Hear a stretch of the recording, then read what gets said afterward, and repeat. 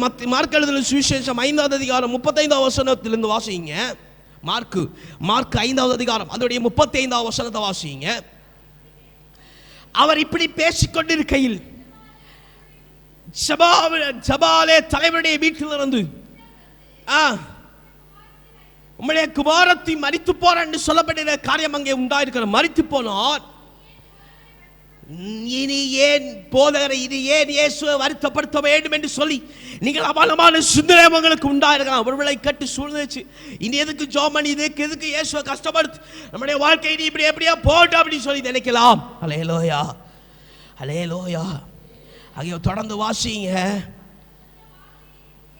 அவர் சொன்ன வார்த்தையை இயேசு கேட்டதும் ஜெபாலய தலைவனை நோக்கி, பயப்படாதே, நீ விசுவாசம் உள்ளவனா என்று சொன்னார். அல்லேலூயா, அல்லேலூயா, அல்லேலூயா.